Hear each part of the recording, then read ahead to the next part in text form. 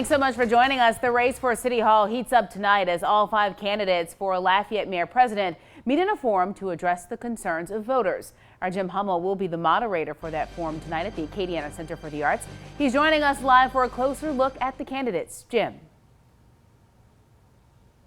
Marcel, all 5 candidates are here in the building in the ACA in downtown Lafayette for tonight's candidate forum in the race for Lafayette Mayor President. The stage behind me is set. The candidates just did a walkthrough a few minutes ago and drew numbers to figure out which order they'll go in for tonight's forum. Now let's talk a little bit about the candidates who are running for Lafayette Mayor President. Carly Almlabar was the first to announce her candidacy for the race. She spent 8 years working for LCG, first as an assistant to City Parish President Joey Jarrell, then as Chief Development Officer, and most recently she held the title of Director of Development and Planning under current Mayor President Joel Robideau. Next up, Simone Champagne. She is no stranger to state politics.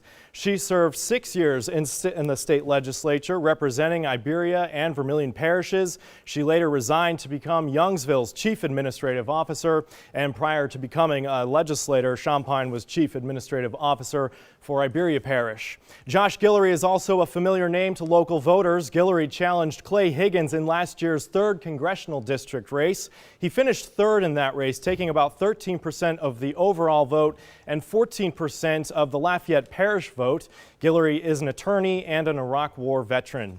Carlos Harvin entered the mayor-president's race on the final day of qualification. Harvin is a pastor and a financial coach. He's also a former business development officer at SLCC.